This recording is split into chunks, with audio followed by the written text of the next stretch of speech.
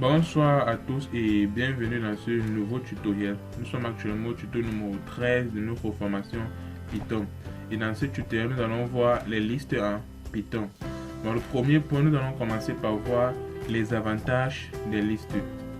Puis nous allons voir comment déclarer une liste en Python, comment initialiser une liste en Python, comment accéder aux différents éléments d'une liste en Python, et ensuite nous allons voir toutes les opérations que nous pouvons effectuer sur une liste en Python. Donc sans plus tarder, direction VS Code.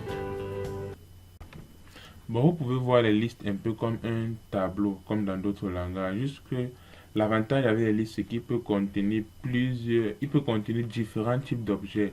Contrairement par exemple au tableau dans d'autres langages, où par exemple tu as un tableau d'entier, un tableau de chaîne de caractères. Pourtant, avec les listes, on va pouvoir mettre différents types d'objets, c'est-à-dire on peut avoir une liste, je ne sais pas, d'entiers, chaîne de caractères, plusieurs types d'objets en fait dans la liste.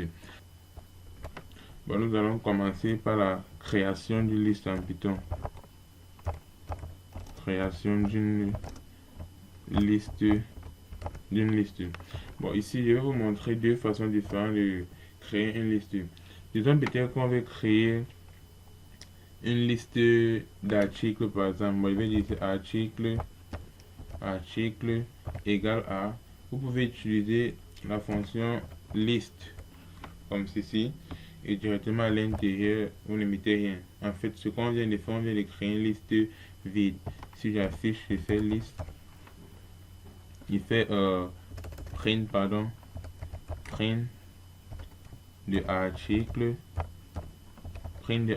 ok. CTRL X, j'exécute, essayez de voir ce qui va s'afficher. On aura une liste vide, comme ceci, avec deux crochets, comme ça. Ok. Bon, ça c'est en fait la première façon de créer une liste en Python. Bon, la deuxième façon, c'est juste de faire comme ceci là, en mettant directement les crochets vides. Bon, je pense que ça c'est la manière la plus populaire et généralement la manière de créer une liste la plus utilisée. Ok, vous voyez, c'est pareil. Bon, après cette étape, je vais vous montrer maintenant l'initialisation d'une liste. C'est possible d'initialiser une liste directement. Puis venir ici, mettre 1,2,3, je sais pas, vous voyez, cette liste est initialisée. Si j'affiche, vous allez voir, on aurait 1, 2 et 3. Bon, vous pouvez aussi initialiser une liste avec un élément qui va apparaître plusieurs fois. Disons par exemple, si je fais ceci, j'affiche, vous allez voir que ça va afficher 0. Disons par exemple que j'ai envie d'initialiser cette liste avec J0 par exemple.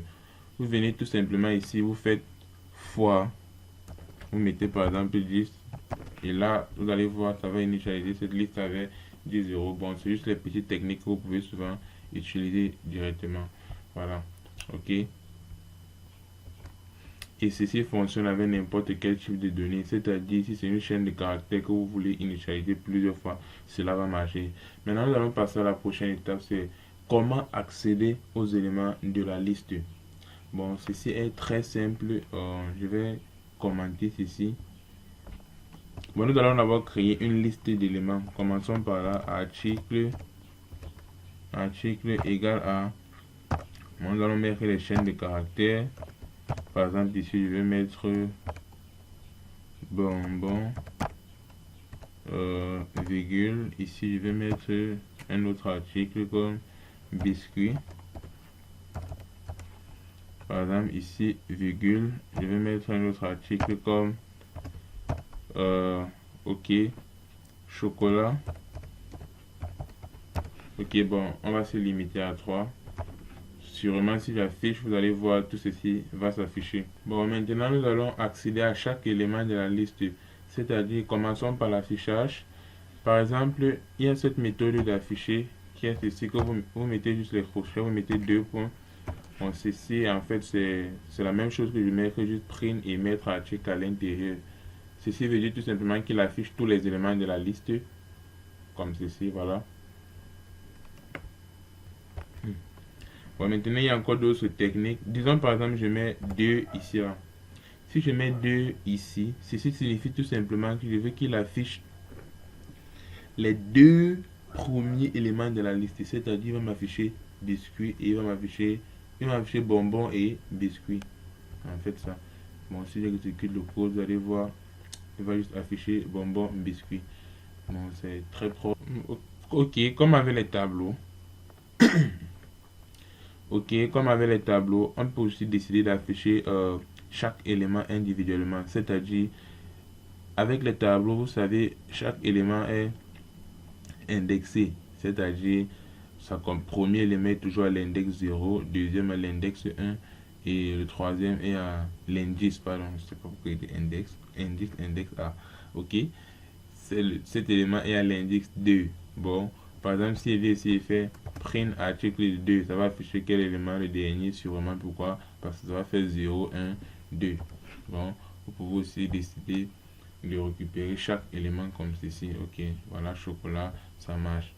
Bon, après ceci, on peut décider aussi d'afficher, c'est-à-dire si je mets moins 2 ici là, ce moins 2 signifie tout simplement que ça va afficher le deuxième élément en allant de la fin, c'est-à-dire ça va venir à ce niveau, ça va commencer comme ça et afficher le deuxième élément. C'est en fait ça qui signifie les moins là. Le moins là signifie juste l'inverse, ça signifie juste commence vers la fin et tu parcours. Vous voyez, ça va afficher biscuit. Biscuit pourquoi? Parce que j'ai mis 2, ça veut dire que ça commence ici, ça considère ça comme 1 et ça considère ça comme le deuxième. C'est-à-dire quand il part l'inverse, il ne voit plus ceci comme 0, non, il voit ceci comme 1 biscuit et ainsi de suite. Ça veut dire que ici, si je mets 3 par exemple, CTRL S, il va afficher bonbon. Vous voyez, c'est très simple. Bon, c'est important de connaître aussi, ok. Bon, nous allons continuer. Je vais un peu augmenter les éléments. Je vais un peu augmenter les éléments dans ma liste articles. Disons par exemple que ici je mets encore un truc comme stylo, virgule. Je mets encore un truc comme cahier, quelque chose comme ceci.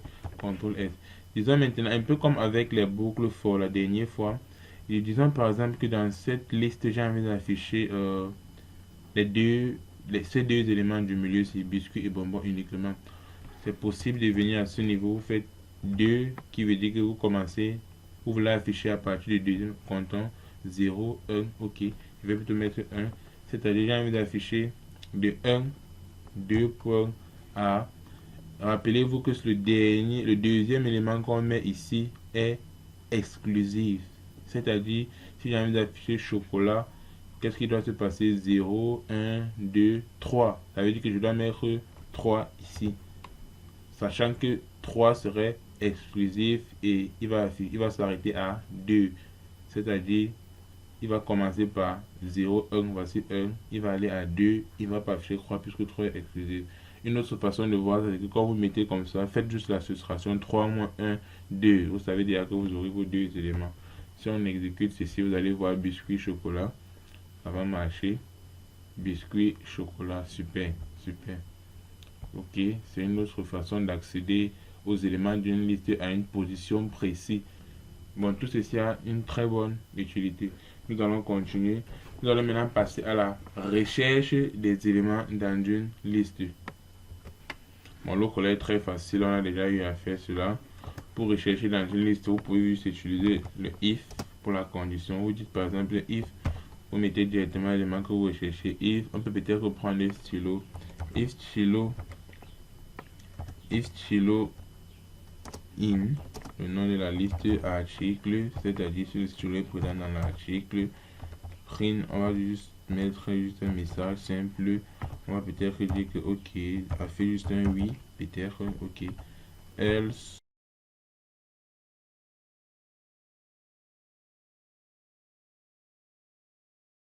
else print non. Comme ça, CTRL S. Par exemple, pour nous remarquer que stylo est présent, bon, il va nous afficher un oui. Il va nous afficher un oui, comme ceci, super. Ok.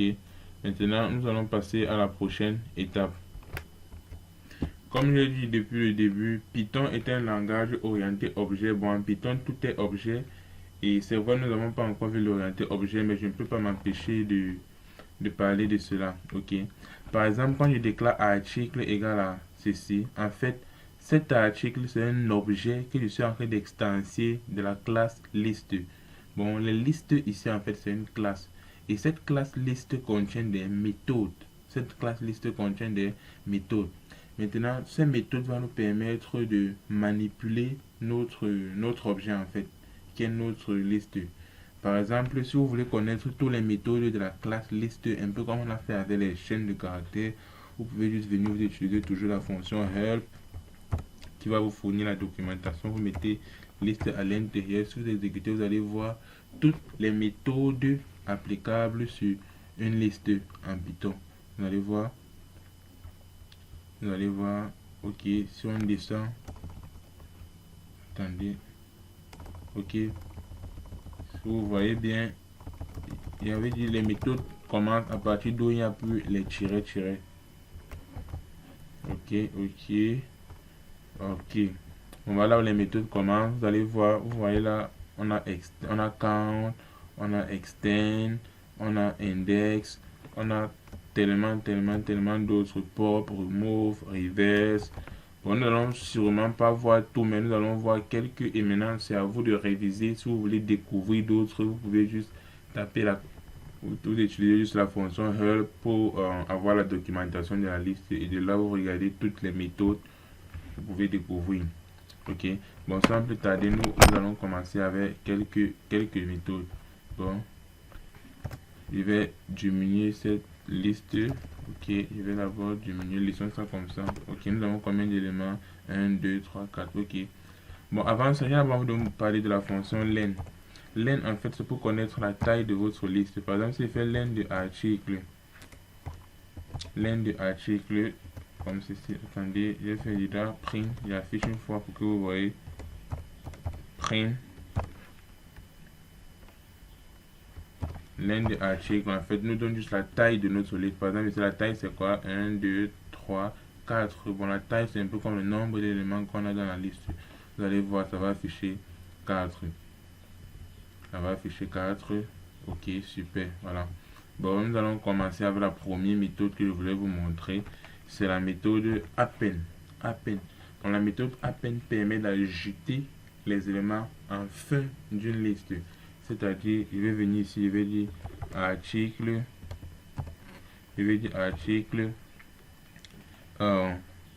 Point, si je fais append comme ceci, vous voyez, ça me complète automatiquement et je précise directement l'élément que je vais ajouter. Disons, par exemple, j'ai envie d'aller ajouter cahier que nous venons de supprimer. Vous allez remarquer que ça va s'ajouter. Bon, à ce niveau, je vais faire quelque chose. Il faut qu'à chaque fois, vous voyez la différence. Ok. Bon, on affiche comme ceci. On affiche avant et après. On affiche après. Comme ça. Ok. Bon, j'arrange le code. CTRL S. Super. Comme vous allez voir, c'est vraiment très super. C'est vraiment très top. Vous voyez, bonbon, biscuit, chocolat. Puis après, qu'est-ce que vous remarquez? On a bonbon, biscuit, chocolat, stylo, cahier. Cahier a été bien ajouté. Ok. Bon, c'était tout pour la fonction append. Vous avez remarqué qu'avec append, on pouvait juste insérer à la fin. Et une fois que j'ai fait un append, je peux encore faire un autre append. Ça ne dérange en rien. CTRL C, c'est-à-dire j'ai fait append. Je viens, je fais encore un autre append où je mets par exemple gomme. Et c'est pas gomme comme ceci. Si j'exécute, vous allez voir, ça va aussi ajouter. Bon, vous pouvez faire ça autant de fois que vous voulez. Ça va ajouter en fin, comme cela. Bon, maintenant, nous allons voir comment ajouter à une position précise. C'est-à-dire, j'ai envie d'ajouter à une position précise. Pour cela, c'est très simple. Vous allez venir ici, vous allez utiliser la fonction insert. Puis, vous allez préciser la position. Et après, vous allez préciser le paramètre à ajouter. Bon, on va venir ici, on va faire... ok, désolé. Attendez, je pense que je vais descendre pour que vous voyez. Je sais pas si c'est visible. Non, on doit voir cette liste. Ok. Ensuite, je viens à ce niveau, je dis article, point insert. Vous voyez, ça se complète. Point insert, je précise la position.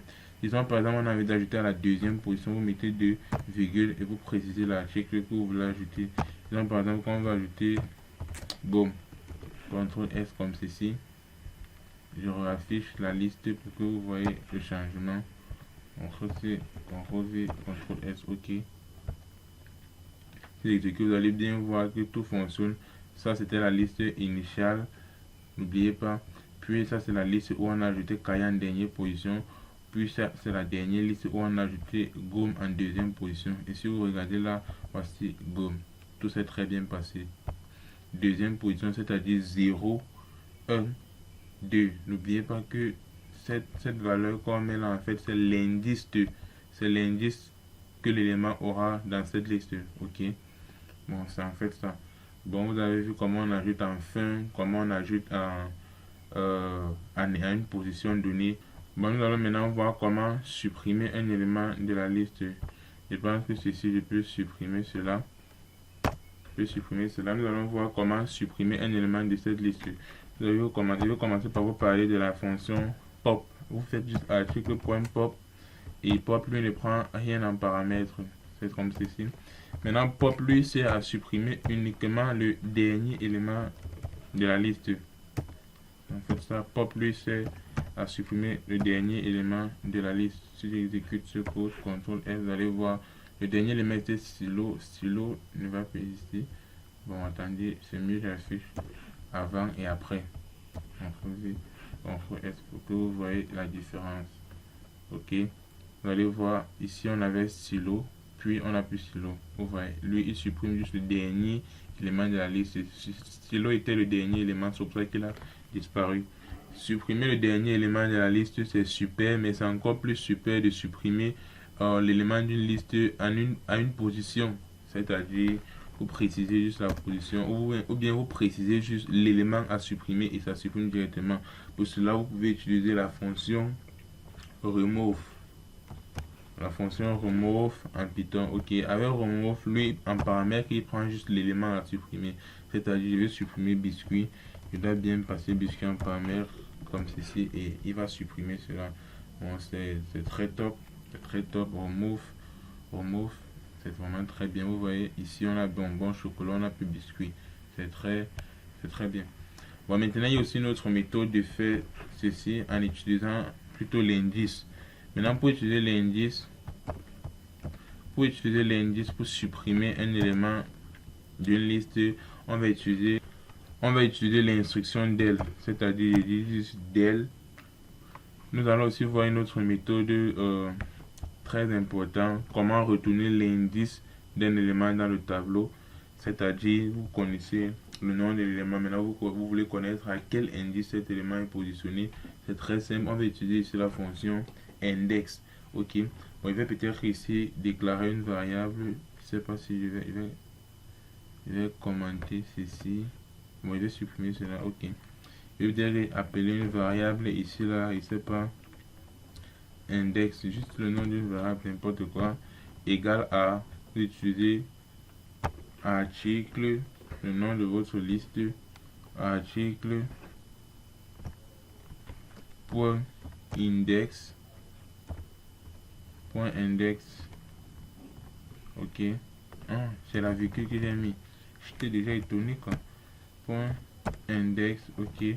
Puis vous précisez l'élément que vous voulez connaître son index. Par exemple, si on veut connaître l'index du stylo, il est indexé à quelle position, vous mettez du stylo comme ceci. Vous allez voir, ça va nous afficher, je pense 3. Ok, ça va nous afficher. Non, il y a une erreur, j'ai oublié de faire le print. Il a retourné l'indice dans cette variable, mais je n'ai pas affiché cette variable. Il faut maintenant que j'affiche cette variable. Ok, vous allez voir, ça va retourner 3. Bon, cela peut être très important dans plusieurs choses. Cela peut nous aider à plusieurs choses. Plusieurs. Connaître, retourner l'index d'un élément dans une liste, c'est vraiment très important. Bon, nous allons continuer. Nous allons maintenant voir comment on peut trier les éléments d'une liste. Bon, on va utiliser la fonction sort. Je vais vous expliquer comment sort fonctionne. Sort, en fait, lui, trie une liste dans un ordre croissant. Si c'est les chiffres, par exemple, si c'est les lettres, il va juste les classer dans un ordre alphabétique, c'est-à-dire A, B, C, D, ainsi de suite. Comme par exemple ici, si j'efface ceci, je viens ici, je dis article point sort. Retenez bien, voilà comment on écrit le sort. Il ne prend rien en paramètre. Puis si on affiche la liste, laissez-moi copier ceci. CTRL C, CTRL V, CTRL S. Ok. Si on réaffiche la liste, vous allez voir, il a classé tout cela. Vous voyez, ça commence par B, B, puis C. Bon, c'était à classer, c'est pour ça que vous ne pouvez facilement pas voir. Disons par exemple, je mettais biscuit plutôt à la dernière position. Ok, virgule, CTRL V. Je pense que là vous allez mieux voir. La différence, comment ça va arranger cela. Vous voyez, bonbon, chocolat, c'est le biscuit. Il a ramené le biscuit à cette position. Vous voyez. Et pourquoi biscuit vient avant bonbon? C'est tout simplement parce que quand il compare les deux premières lettres, il voit c'est la même chose. Il peut comparer les deuxièmes lettres. Ça veut dire, il a vu B, il a vu c'est la même chose. Il est venu comparer plutôt I et O. Il a vu que I vient avant O. C'est pour ça qu'il a mis biscuit avant bonbon. Ainsi de suite. C'est en fait ça. Bon, si on utilise les chiffres, par exemple, je vais commenter ici.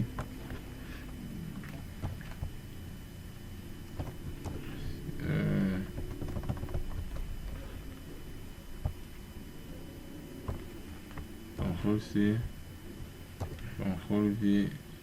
C'est vrai que je vais changer le nom, mais bon. Ils sont. Donc, il met les chiffres au hasard. Il va me classer cela. CTRL S, ok, vous allez voir.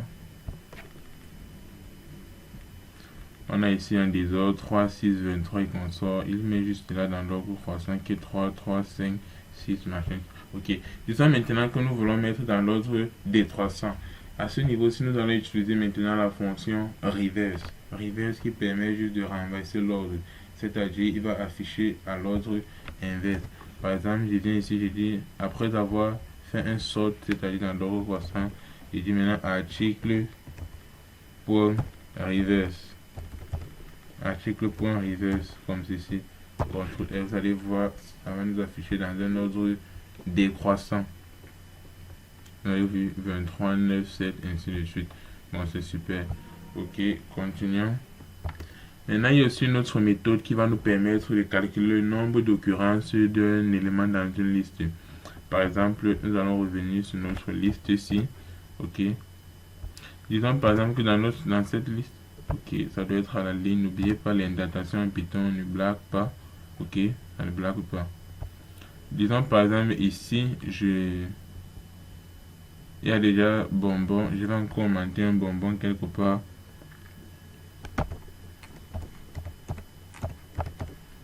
Ok, comme ceci. CTRL S, ok. Disons maintenant j'ai envie de connaître le nombre de fois que bonbon apparaît dans cette liste. C'est très simple. Vous allez utiliser la fonction count, c'est-à-dire je vais venir à ce niveau. Je vais tout simplement dire que article count et puis vous précisez l'élément que vous voulez connaître, le nombre de fois qu'il apparaît à l'intérieur. Bonbon. Ok. Bonbon. Ok.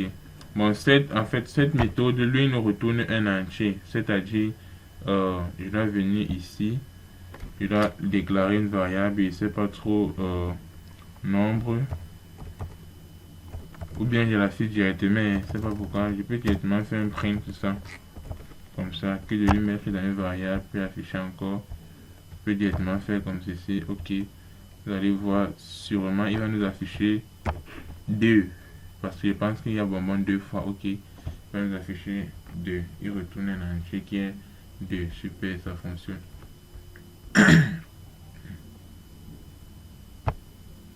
Si je viens à ce niveau, j'enlève bonbon, je mets peut-être beau qui n'existe pas. Là, il va nous afficher 0 pour dire aucune occurrence de cela dans la liste.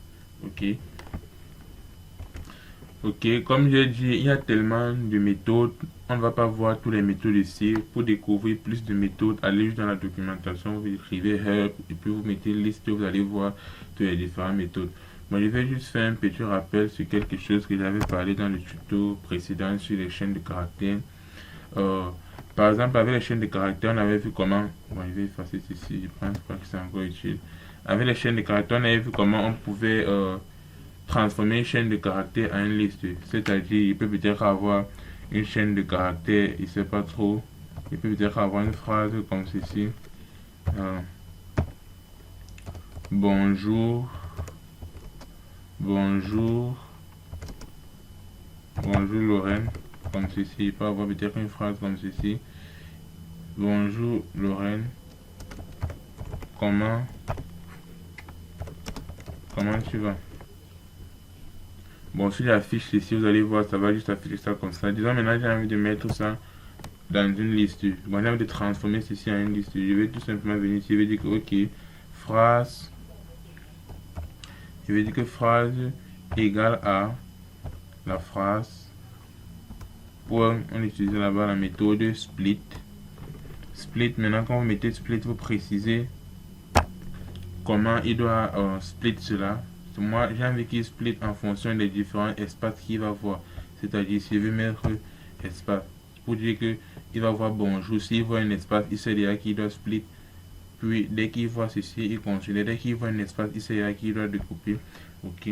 Moi, si j'affiche cela, vous allez voir, c'est très free, c'est très simple. Print, phrase. CTRL S, si on exécute cela, vous allez voir, on va obtenir notre liste. Il y a une erreur quelque part. Ok, bon, vérifions cela. Ok, j'ai vu l'erreur. À ce niveau, je n'ai pas précisé espace. Voilà, vous devez préciser espace. C'est sûrement ça l'erreur. Ok, bon, vous allez voir. Voilà, vous voyez, nous avons une liste ici. Bonjour, Lorraine. Maintenant, on peut accéder à chaque élément de la liste. Chaque élément est indexé. Bon, on peut accéder à chaque élément de la liste en fonction de l'indice. Ok. Bon, maintenant, nous allons voir l'inverse, c'est-à-dire comment on peut avoir, comment quitter maintenant d'une liste pour repartir à une chaîne de caractères. C'est-à-dire comment quitter d'une liste pour aller à une chaîne de caractères. Oui. Ok. Bon, par exemple, ici, j'aurais peut-être une liste, je sais pas. J'aurai une liste par exemple qui est égale à je pense qu'on va reprendre le même exemple. Non, on peut peut-être dire bonjour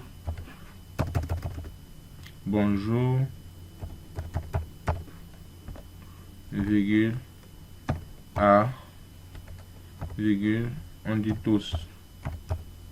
Ok, disons par exemple qu'on veut transformer ceci en chaîne de caractères, c'est très simple. Vous pouvez venir là, vous faites juste bon, ici là, on va stocker cela dans une autre variable. Dans une autre variable, il s'appelle peut-être phrase. On va dire phrase égale à quoi? Vous mettez maintenant, vous précisez le séparateur. Vous voulez que chaque élément soit séparé par quoi? Une virgule. Si vous voulez une virgule, vous mettez virgule à l'intérieur. Si vous voulez espace, vous le laissez comme ça. Ça va séparer chaque élément par les espaces. Puis vous utilisez la méthode join, la fonction join si vous voulez. Join. Bon, et si vous allez remarquer que join, en fait, c'est la méthode de la classe des chaînes de caractères et non d'une liste. Join, ce n'est pas une méthode d'une liste. Join, allez, après join, maintenant, vous précisez la liste entre parenthèses. C'est-à-dire, ici, le nom, c'était quoi? Liste. Ok, join, lui, prend une liste en paramètres. Si on fait CTRL F, bon, il doit afficher. Si je fais un print,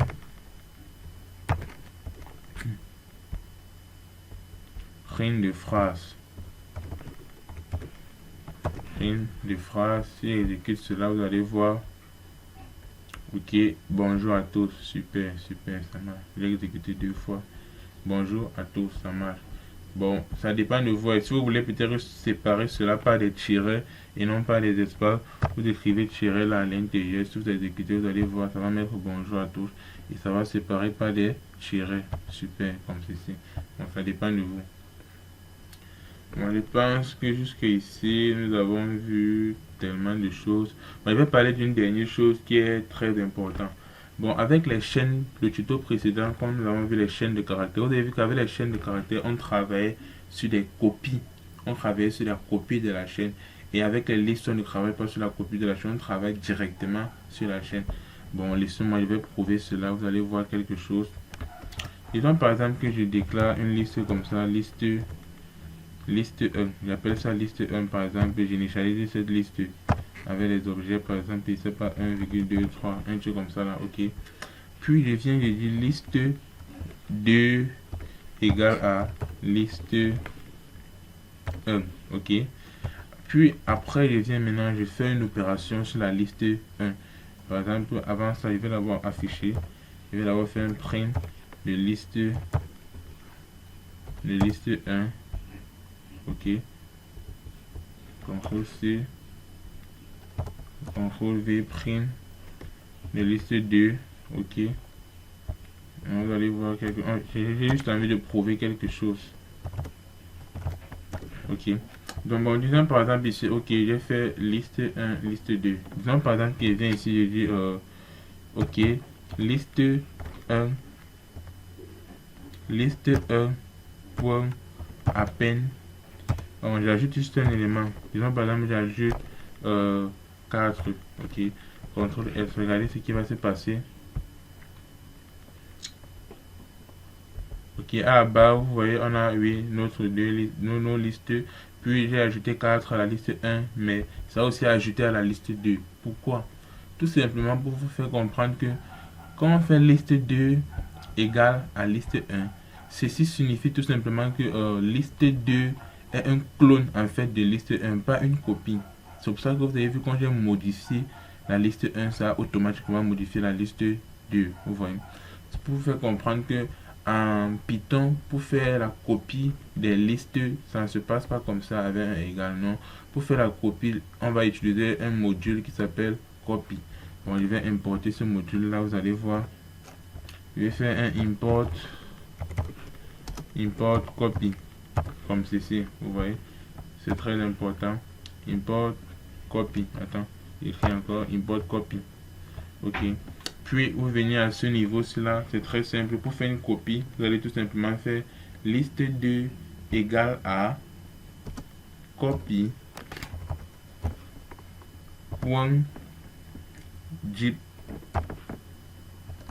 copy. C'est la méthode en fait de cette classe. Point zip, non, j'ai mal écrit zip. Point zip copy de liste 1. Ok. CTRL F. Ok, comme ceci, liste 2 sera maintenant une copie de cette liste, c'est-à-dire indépendamment. C'est-à-dire quand je vais modifier liste 1, ça va plus modifier liste 2. Si vous voulez on exécute, vous allez voir maintenant la différence. Bon, en fait, avec la liste, vous voyez comment liste 2, il n'a pas été modifié, mais liste 1 a été modifié seul. Bon, c'est pour dire, à chaque fois que vous voulez faire une copie d'une liste, c'est en fait de cette façon que vous devez le faire, comme ceci. Bon, si vous ne voulez pas préciser le nom de la classe à chaque fois, juste un petit rappel, on a fait la modularité. Vous pouvez venir ici, vous dites tout simplement from copy import pour préciser maintenant la méthode, c'est là qui doit importer zip copy. Ou bien si vous ne voulez pas préciser zip copy, vous mettez juste un étoile. Ou bien c'est mieux de préciser zip copy comme cela. Cela fait qu'à chaque fois que vous allez utiliser zip copy, vous n'allez plus préciser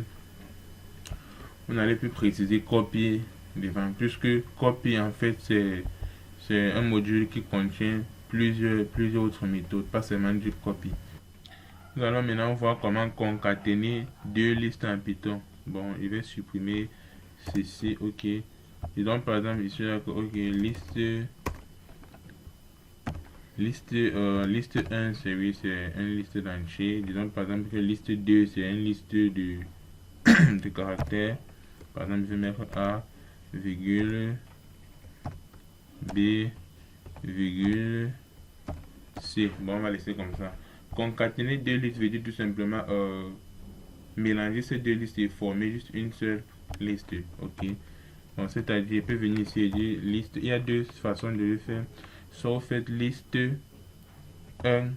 Liste 1, ça veut dire que j'ai envie d'ajouter tous ces éléments-ci ici à l'intérieur. Ou bien vous pouvez faire l'inverse, vous prenez plutôt tous ces éléments-ci et vous l'ajoutez à la liste 2. Ok, bon, on va utiliser la fonction extend. Si je fais liste 1.extend comme ceci, entre parenthèses, je mets liste 2. Ok, si on affiche liste 1, vous allez voir print liste 1. Bon, c'est très simple, vous allez voir. On aurait juste une telle liste. Voilà. 1, 2, 3, A, B, C. Tout s'est très bien passé. Et je vous rappelle, c'est possible comme ça, puisque j'avais dit en Python, la liste peut prendre plusieurs types d'objets sans problème. Peut prendre plusieurs types d'éléments, pardon, sans problème. La deuxième méthode est très simple et je pense peut-être connue. Vous faites juste liste égale à la liste 1 plus liste 2. Vous pouvez sûrement vous êtes étonné, mais ceci fonctionne. Juste avec un plus, la concaténation avec le plus, ça marche. Vous voyez? Ok, super, voilà, ça fonctionne. Donc ceci va sûrement vous aider. Ceci va sûrement vous aider comment concaténer deux listes. Maintenant, la dernière chose que nous allons voir, c'est comment afficher l'indice et la valeur des éléments d'une liste. Ok. Bon, ici, je vais garder la deuxième liste, par exemple. Oui, la deuxième. Je vais garder cette liste, par exemple. Ceci, on n'a plus sa place. Ok. Disons, par exemple, j'ai envie d'afficher les différents indices et ces différents éléments. C'est très simple. Ici, on va utiliser la fonction énumérate. Bon, pour cela, je vais venir utiliser la bonne boucle for. Et cette boucle va prendre en fait, on va utiliser deux variables ici. Là. Il y a une variable qui s'appelle K, généralement, c'est pour qui. C'est vrai que vous pouvez donner n'importe quelle variable, mais généralement, on utilise K et V pour dire qui value, c'est en anglais. Qui ici qui représente l'indice, V pour value qui représente l'élément en question. Vous voyez. For K, V, in. Vous utilisez la fonction énumérate, n'oubliez pas ce mot-clé. Entre parenthèses, vous passez votre liste, on va appeler ça comment? Liste 2. Ok. For this, deux points, on va faire un print. Bon, je vais un peu arranger l'affichage. Disons par exemple que l'affichage, je vais faire un affichage avec la méthode format. Bon, ici, je vais dire ok. Élément, je vais peut-être que c'est pas trop. Je vais dire élément. Ici, on va mettre élément.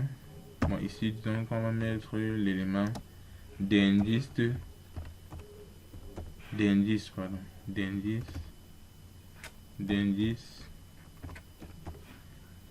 ok, c'est pas juste quelque chose comme ça. Pour un format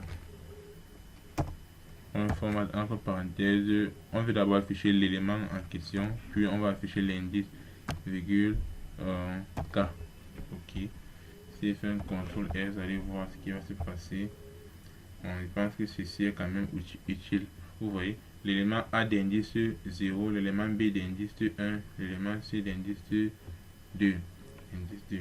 Vous voyez, ça marche. Vous voyez qu'avec cette méthode, avec la fonction énumérate, ça nous permet, ou bien parfois quand vous placez là, voilà aussi une petite documentation où on vous explique en fait cette fonction énumérate. Ok. Vous voyez, ça nous permet de récupérer l'indice et la valeur directement. Ça, c'est quand par exemple vous avez une liste où il y a plusieurs éléments et par exemple vous ne connaissez pas, vous voulez vite voir les indices de chaque élément sans devoir compter et connaître. C'est en fait là que ça a son utilité. Okay. Je pense que c'est tout pour ce tutoriel. J'espère que vous avez apprécié le tutoriel. Pour toutes vos questions, n'oubliez pas de les poser en commentaire. Je réponds à toutes les questions. Et on se dit à très bientôt pour le prochain tutoriel. Dans le prochain tutoriel, nous allons voir les tuples en Python. Ciao.